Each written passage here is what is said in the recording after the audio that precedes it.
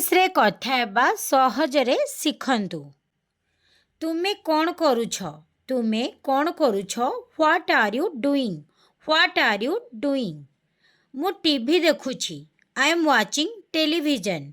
I am watching television बा आपण माने कहि परिबे आई एम वाचिंग टीवी। ठीक अछि।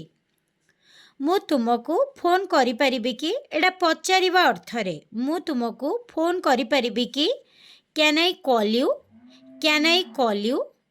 हाँ तुमे मते फोन करि परिबो।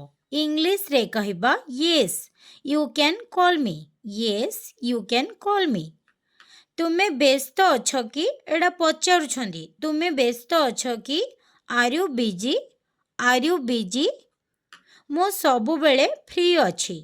मो सबु बेले फ्री अछि। I am always free. I am always free. एहा ठीक नुह। एहा ठीक नुह। It's not fair. It's not fair. मु बुझी पारु नाही। I don't understand. I don't understand. आज पई होमवर्क हेउछि मते जणा नाही। एहाकु इंग्लिश रे कोन कहिबा? कमेंट बॉक्स रे निश्चिंत भावरे जणांतु। आपण मानको जदि वीडियोटी भल लागिला प्लीज वीडियोटी को लाइक एवं चैनल टी को सब्सक्राइब कर दियंतु। Thank you for watching.